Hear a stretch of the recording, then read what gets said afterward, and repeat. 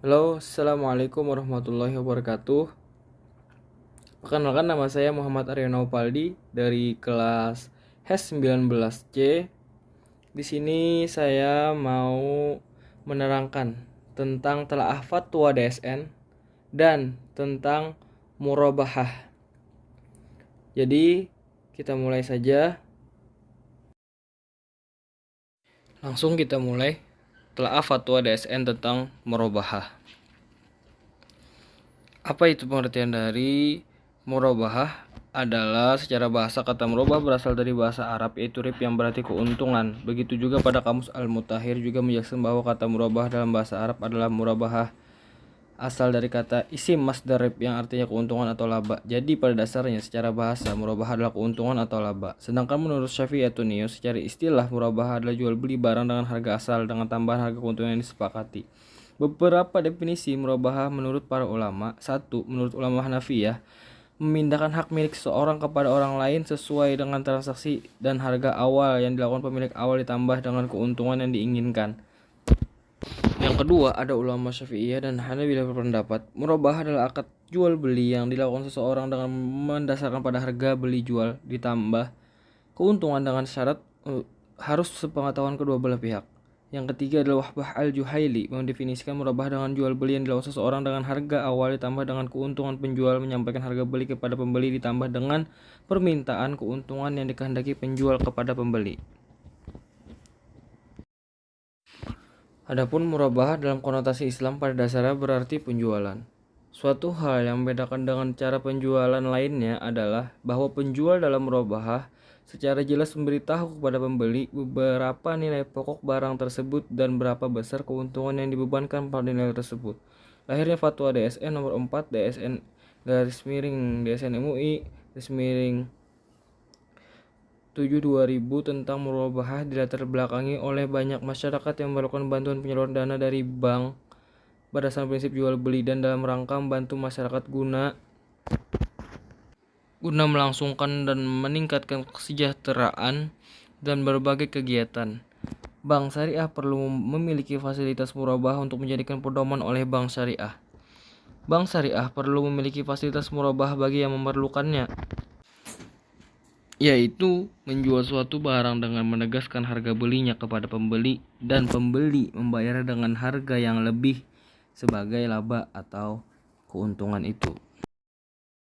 Ada jenis-jenis murabahah sendiri terbagi menjadi dua jenis, yaitu murabahah tanpa pesanan adalah jenis jual beli murabahah yang dilakukan dengan tindak melihat adanya nasabah yang memesan atau mengajukan pembiayaan atau tidak sehingga penyediaan barang dilakukan oleh bank dan dilakukan tidak terkait dengan jual beli murabahah sendiri. Dengan kata lain, dalam murabahah tanpa pesanan, bank syariah menyediakan barang atau persediaan barang yang akan diperjualbelikan, dilakukan tanpa memperhatikan ada nasabah yang melebihi atau tidak, sehingga proses nasabah yang membeli atau tidak, sehingga proses pengadaan barang dilakukan sebelum transaksi akad jual beli murabahah dilakukan. Yang kedua, murabahah berdasarkan pesanan, murabahah to the purchase order. Murabahah to the purchase order adalah jual beli murabahah yang dilakukan setelah ada pesanan dari pemesan atau nasabah yang mengajukan pembiayaan murabahah. Jadi dalam murabahah berdasarkan pesanan, bank melakukan pengadaan barang dan melakukan transaksi jual beli setelah ada nasabah yang memesan untuk dibelikan barang atau aset sesuai dengan apa yang diinginkan nasabah tersebut. Adapun fatwa Dewan Syariah Nasional Majelis Ulama Indonesia tentang murabahah, jumlah fatwa yang berkaitan dengan murabahah baik langsung atau tidak kurang dari 12 buah fatwa dengan perincian sebagai tersebut. 1. Fatwa DSN nomor 4 DSN MUI tahun 2000 tentang murabahah. Yang kedua, fatwa DSN nomor 10 tahun 2000 tentang wakalah. Yang ketiga, ada fatwa DSN nomor 15 DSN MUI nomor 9 2000 tentang uang muka dalam murabahah. Yang keempat, fatwa DSN nomor 16 tahun 2000 tentang diskon dalam murabahah. Yang kelima, ada fatwa DSN nomor 17 tahun 2000 tentang saksi atas nasabah mampu yang menunda-nunda pembayaran. Yang keenam, ada fatwa DSN nomor 23 tahun 2002 tentang potongan pelunasan dalam murabahah. Yang ketujuh ada Fatwa DSN nomor 46 tahun 2005 tentang potongan tagihan murabahah.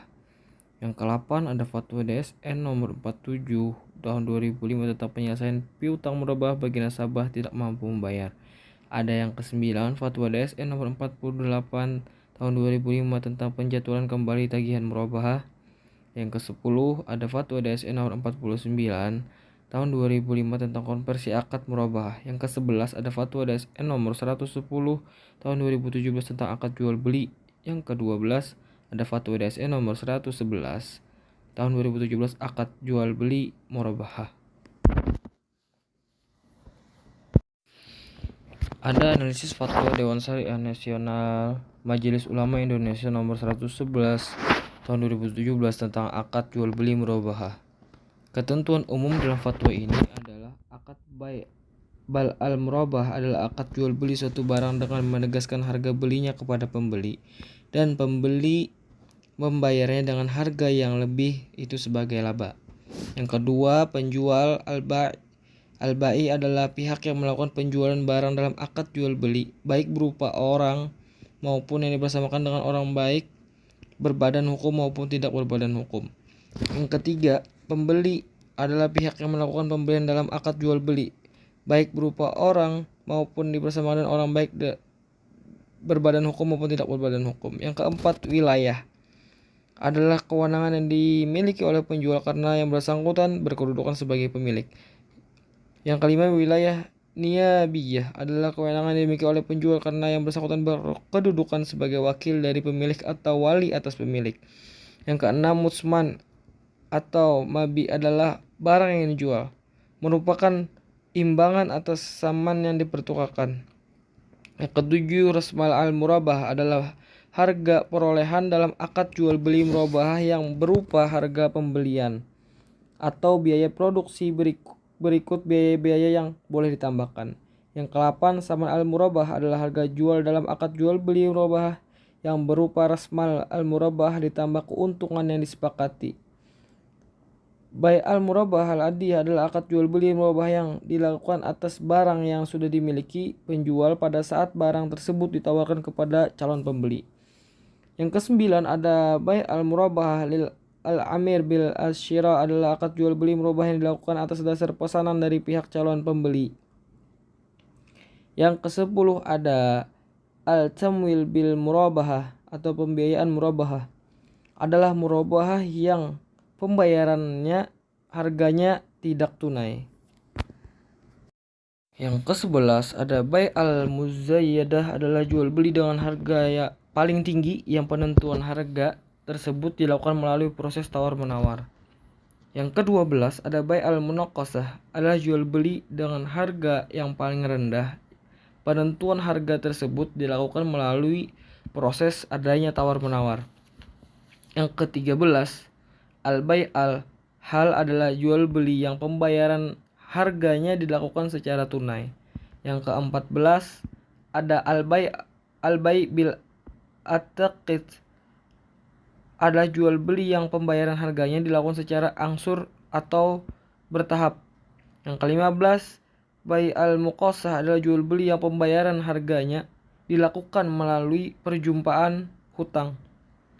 Yang ke-16 kinayah atau tadlis adalah bohongnya penjual kepada pembeli terkait penyampaian rasmal murabahah. Adapun kemudian ketentuan terkait hukum dan bentuk murabahah adalah akad jual beli murabahah boleh dilakukan dalam bentuk bai al-murabahah al-adiyah maupun dalam bentuk bai al-murabahah lil al-amir bi al-syira. Terkait kelebihan fatwa nomor 111 tahun 2017 dalam fatwa nomor 4 tahun 2000 bagian menimbang huruf B disebutkan bahwa murabahah adalah menjual suatu barang dengan mendekatkan harga belinya kepada pembeli dan pembeli membayarnya dengan harga yang lebih sebagai laba. Hal yang sama juga disebutkan dalam fatwa nomor 111 tahun 2017. Dengan rumusan ini, maka ada 3 penentu hakikat murabahah yang juga dipertegas dalam fatwa tersebut. Yang pertama, murabahah adalah jual beli yang berakibat terjadinya peralihan kepemilikan objek transaksi, bukan objek haram. Yang kedua, ketentuan umum fatwa nomor 4 tahun 2000 dan harus bebas riba Angka 1. Ketentuan Umum Fatwa Nomor 4 Tahun 2000. Kedua, harga beli atau modal penjual disampaikan secara terbuka kepada pembeli. Angka 3, 4, dan 5. Ketentuan Umum Fatwa Nomor 4 Tahun 2000. Yang ketiga, ada pembeli membayar harga beli ditambah laba kepada penjual. Itu di angka 6, Ketentuan Umum Fatwa Nomor 4 Tahun 2000. Pada Fatwa Nomor 16 Tahun 2000 disebutkan bahwa harga, pembelian dan biaya yang diperlukan harus dijelaskan dan keuntungan harus dengan kesepakatan. Kemudian Fatwa Nomor 111 Tahun 2017 ini juga sebagai fatwa induk tentang akad jual beli murabahah untuk lingkup yang lebih luas, baik untuk perbankan, perusahaan pembiayaan, jasa keuangan maupun aktivis bisnis lainnya. Selain itu, hadirnya fatwa ini juga dapat memberikan pemahaman kepada masyarakat yang memerlukan panduan untuk mempraktikkan akad jual beli murabahah. Harusnya, artinya adalah penyelesaian sengketa melalui musyawarah untuk mufakat boleh dilakukan di antara kaum muslimin kecuali yang mengharamkan yang halal atau menghalalkan yang haram. Dan kaum muslimin terikat dengan syarat-syarat mereka kecuali syarat yang mengharamkan yang halal atau menghalalkan yang haram. Analisis fatwa Dewan Syariah Nasional Majelis Indonesia nomor 4 tahun 2000 tentang murabahah. Dalam fatwa nomor 4 tahun 2000 bagian menimbang huruf B disebutkan bahwa murabahah adalah menjual barang dengan menegaskan harga belinya kepada pembeli dan pembeli membayarnya dengan harga yang lebih sebagai laba. Hal yang sama juga disebutkan dalam Fatwa Nomor 111 Tahun 2017. Dengan rumusan ini, maka ada 3 penentu hakikat murabahah yang juga dipertegas dalam fatwa tersebut. Yang pertama, murabahah adalah jual beli yang berakibat terjadinya peralihan kepemilikan objek transaksi, bukan objek haram. Angka 2. Ketentuan Umum Fatwa Nomor 4 Tahun 2000 dan harus bebas riba. Angka 1. Ketentuan Umum Fatwa Nomor 4 Tahun 2000. Kedua, harga beli atau modal penjual disampaikan secara terbuka kepada pembeli. Itu di angka 3, 4, 5 Ketentuan Umum Fatwa Nomor 4 Tahun 2000. Ketiga, pembeli membayar harga beli ditambah laba kepada penjual. Angka 16 Ketentuan Umum Fatwa Nomor 4 Tahun 2000. Disebutkan bahwa harga, pembelian atau biaya yang diperlakukan harus dijelaskan. Murabahah yang diatur fatwa membuka peluang untuk dilakukan dengan menggunakan akad wakalah. Artinya, pihak bank yang mestinya menjadi pihak penjual mewakilkan kepada nasabah sebagai pihak pembeli untuk membeli barang dimaksud dari pihak ketiga. Angka 9 Ketentuan Nomor 4 Tahun 2000. Transaksi itu sendiri baru bisa dilaksanakan setelah nasabah terlebih dahulu mengajukan permohonan atau janji membeli kepada bank syariah dengan menjelaskan spesifikasi barang yang dipesan. Setelah aset tersebut dimiliki bank, maka bank menawarkannya kepada nasabah dan si nasabah harus membelinya karena ia di awal telah berjanji akan membelinya. Hal ini sangat mengesankan bahwa pembelian oleh bank sangat terkait atau mu'allaq dengan pembelian yang akan dilakukan nasabahnya. Skema jual beli seperti inilah yang kemudian disebut murabahah lil almir bil al-syira. Analisis penyelesaian piutang murabahah bagi nasabah tidak mampu membayar dalam Fatwa DSN Nomor 4 Tahun 2000. Analisis ini penyelesaian piutang murabahah bagi nasabah tidak mampu membayar dalam Fatwa DSN Nomor 4 Tahun 2000 hanya menyinggung tentang nasabah yang mengalami kebangkrutan dan karenanya tidak mampu melunasi utangnya, yaitu pada bagian ke-6 bangkrut dalam murabahah. Pada bagian ini disebutkan bahwa jika nasabah telah dinyatakan pailit dan gagal menyelesaikan utangnya, bank harus menunda tagihan utang sampai ia menjadi sanggup kembali atau berdasarkan kesepakatan. Aturan lebih lengkap tentang berbagai kondisi yang menghalangi pelunasan uang murabahah, utang murabahah, dan ketentuannya terdapat dalam 3 fatwa, yaitu Fatwa DSN Nomor 47 Tahun 2005 tentang penyelesaian piutang murabahah bagi nasabah tidak mampu membayar.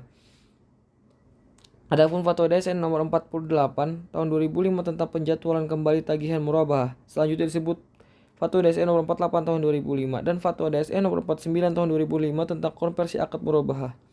Selanjutnya disebut Fatwa DSN Nomor 49 Tahun 2005.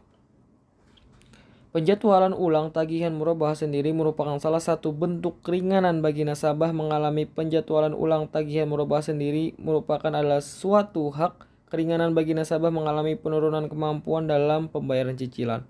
LKS boleh melakukan penjadwalan kembali tagihan murabahah Tagihan murabahah bagi nasabah yang tidak bisa menyelesaikan atau melunasi pembiayaan sesuai jumlah dan waktu yang telah disepakati dengan ketentuan. Yang pertama, tidak menambah jumlah tagihan yang tersisa. Yang kedua, pembebanan biaya dalam proses penjadwalan kembali adalah biaya real. Yang ketiga, perpanjangan masa pembayaran harus berdasarkan kesepakatan kedua belah pihak. Masuk ke dalam kesimpulan, murabahah dalam konotasi Islam pada dasarnya berarti penjualan. Suatu hal yang membedakannya dengan cara penjualan lainnya adalah bahwa penjual dalam murabahah secara jelas memberitahu kepada pembeli nilai produk barang tersebut dan beberapa besar keuntungan yang dibebankan pada nilai tersebut. Lahirnya Fatwa DSN nomor 4 DSN MUI tahun 2000 tentang murabahah dilatar belakangi oleh banyaknya masyarakat yang memerlukan bantuan penyaluran dana dari bank berdasarkan prinsip jual beli. Dan dalam rangka membantu masyarakat guna melangsungkan dan meningkatkan kesejahteraan dan berbagai kegiatan. Bank Syariah perlu memiliki fasilitas murabahah untuk menjadikan pedoman oleh Bank Syariah. Bank Syariah perlu memiliki fasilitas murabahah bagi yang memerlukannya, yaitu menjual suatu barang dengan menegaskan harga belinya kepada pembeli dan pembeli membayarnya dengan harga yang lebih sebagai laba. Jumlah fatwa yang berkaitan tentang murabahah dengan perincian sebagai berikut. Ada fatwa DSN MUI nomor 4 tahun 2000 tentang murabahah, ada nomor 10 tahun 2000 tentang wakalah, ada fatwa DSN nomor 13 tahun 2000 tentang uang muka dalam murabahah. Mungkin itu saja yang dapat saya sampaikan. Bila ada kesalahan, mohon dimaafkan. Assalamualaikum warahmatullahi wabarakatuh. Terima kasih.